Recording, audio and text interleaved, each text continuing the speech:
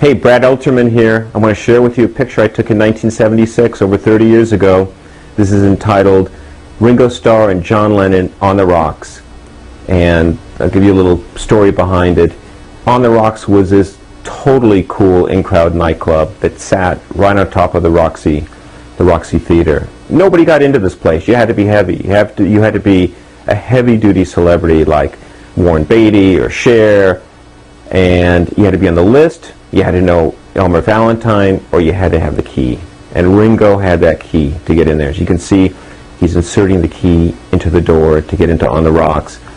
And this was a tip from my good friend Michelle Meyer. Michelle Meyer was the queen bee of the Sunset Strip.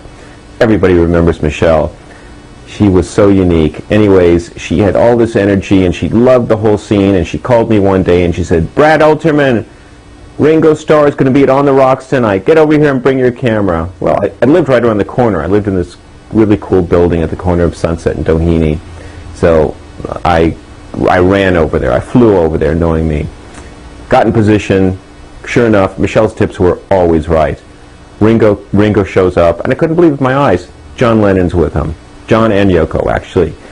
So I got the picture. I got a picture of half the Beatles. I couldn't believe it. I mean, if this was all the Beatles, all four, you were talking major retirement.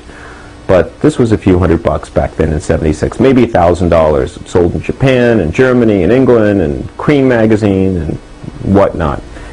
But it's a cool picture. I still remember the adrenaline rush 30 years later, pumping through my veins.